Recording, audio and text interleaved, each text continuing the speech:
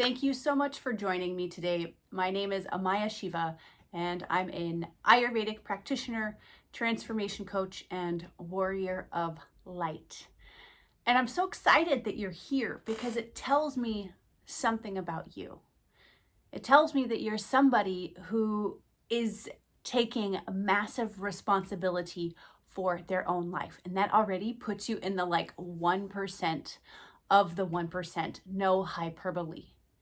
Because in this culture, in American culture, in Western culture, in cultures all over the world, we are trained and conditioned to live in a victim mindset, to believe wrongly that things are just happening to us and that we have no control over them. And, oh, life is so hard. Why does this always happen to me? And the first thing you get to ask yourself if you're saying things like, why does this always happen to me? Is this something that I have experienced previously?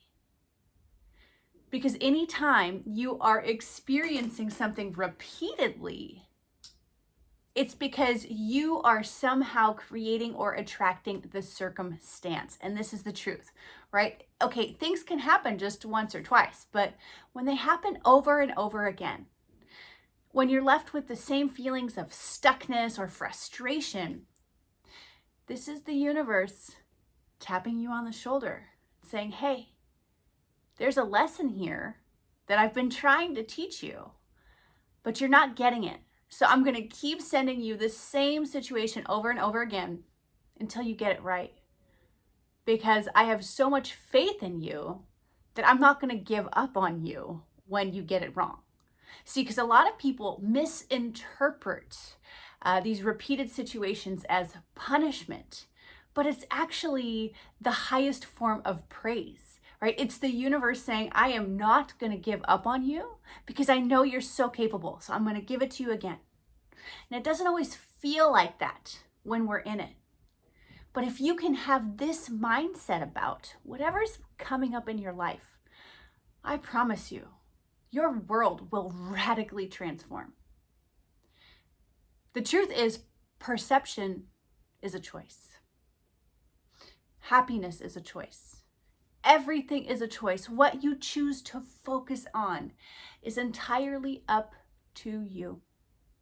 Which brings me into our current conversation, which is the top 3 tools you need to make difficult conversations easy and clear stuck energy.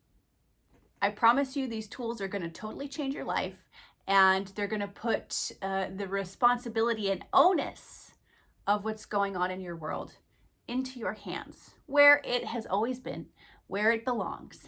We don't always see it because if you're not taught these tools, if you're not taught this type of awareness, there's a good chance you don't have it. And that's not your fault.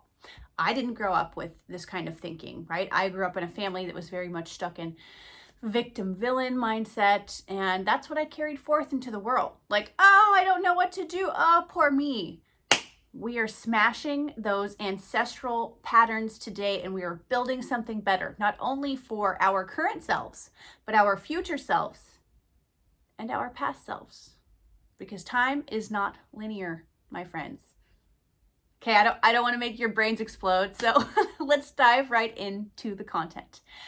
What can you do to make difficult conversations easy and clear stuck energy?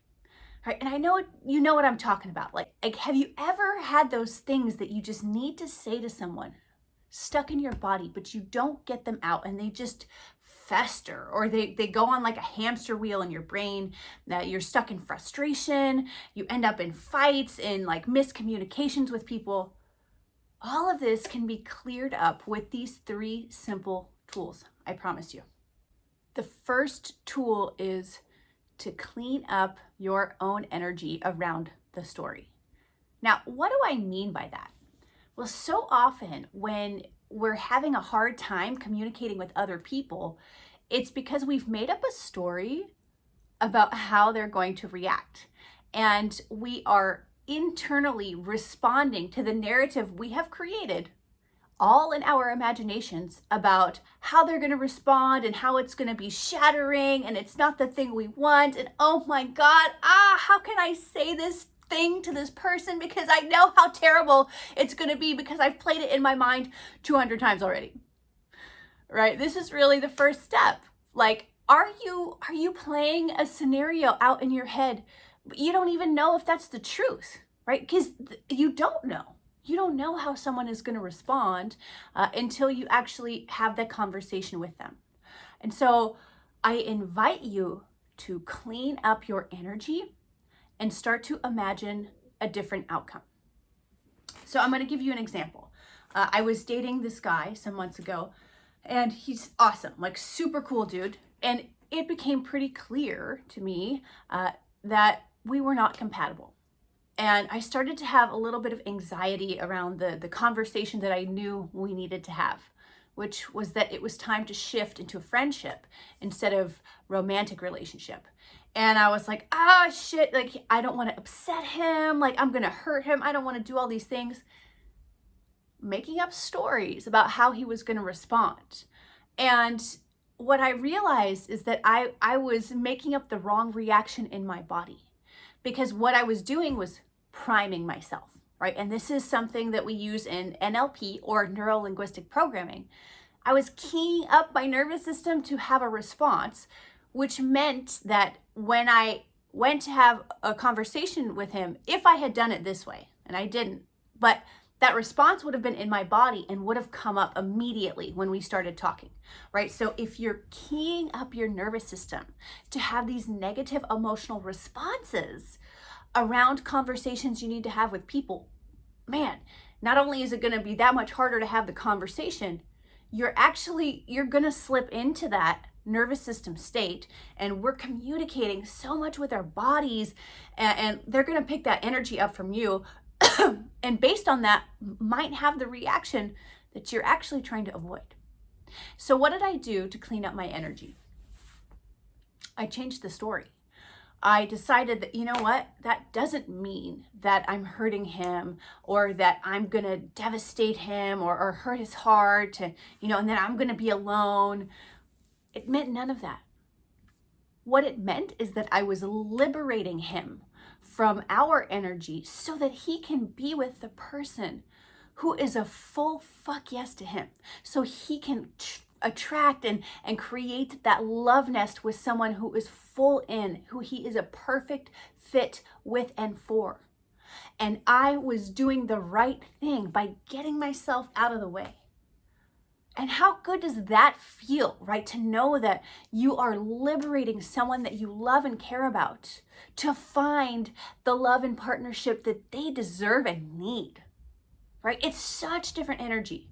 So this is the energy I brought into the conversation with my now dear friend. And you know how it went? Oh, it was so beautiful. Like, he was like, thank you, you're right. Like, I've been experiencing these same things too, and I was scared to say anything. And was there a little bit of grief? Yes, and that's allowed.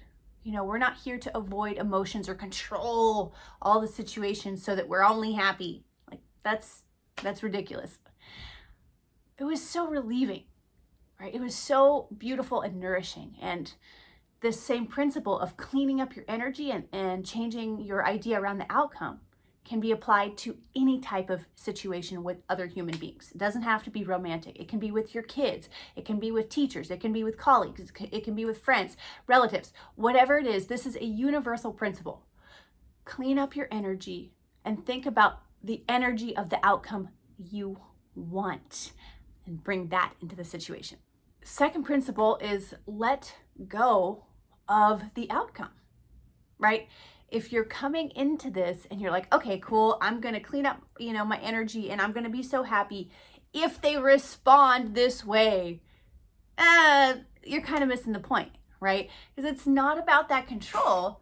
It's about being your most impeccable, highest self in the conversation, and then letting God do the rest. because you're not a hero to other people's emotions, and people are allowed to feel what they need to feel. They are allowed to get mad at you. You are allowed to get mad at other people. You are allowed to feel grief. You are allowed to feel frustrated. You're not allowed to abuse others or project or say that it's your fault, because you're ultimately the one that's responsible for and in control of your emotions. And you're allowed to feel them. So when we get into this mode of like, I'm going to be happy and, I'll clean up my energy if I get this outcome, you're not changing anything, right? It's a different form of sabotage. And the last principle has been taught by all the wise teachers, by all the sages for millennia, for hundreds of thousands of years. And there's a very famous book called The 4 Agreements. If you haven't read it, I recommend it. But it teaches this: never take anything personally. You don't know other people's stories. You don't know what trauma they had. And so often we get stuck in the drama of our own minds, of this lila, the Sanskrit word for play, right? Illusion, this illusory circumstance we're creating in our minds, right? That we forget other people are going through the same thing too. Like, how many times have you been like, oh God, I don't know what to do. Ow, I don't know what this person feels or thinks about me or how to fix this. And you forget that the other person is probably going through the same thing you are. So tapping into that ultimate compassion, that nothing is about you ever when it comes to someone else. Let's hold each other to our highest. Let's speak our truth impeccably. And let's be those beacons of love and light, because a rising tide raises all ships. Thank you so much for joining and listening. Please let me know what landed. And as always, and make sure to subscribe and tell your friends about me. I'm here to serve. I love you so much.